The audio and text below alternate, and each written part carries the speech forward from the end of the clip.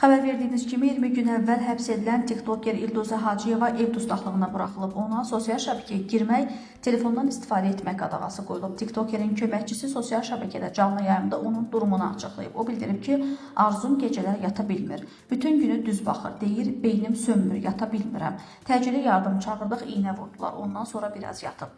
Qeyd edək ki, hadisə ötən il iyununda Mərdəkan qəsəbəsində baş verib. Gecə yarısı Çanqan markalı avtomobili idarə edən Arzum sola dönmə manevri edərkən arxadan gələn Mercedeslə yandan toqquşub. Nəticədə Mercedes idarəetmədən çıxaraq maneəyə çırpılıb və bir neçə dəfə aşıb.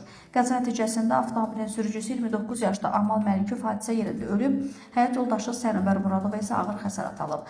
Açılan cinayət işinə əsasən İlduza Hacıyeva 5 il 2 ay müddətinə azadlıqdan məhrum edilib.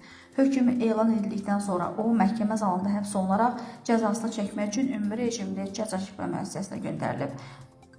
Daha sonra isə apellyasiya məhkəməsi keçirilib və tiktoker ev dustaqlığına buraxılıb.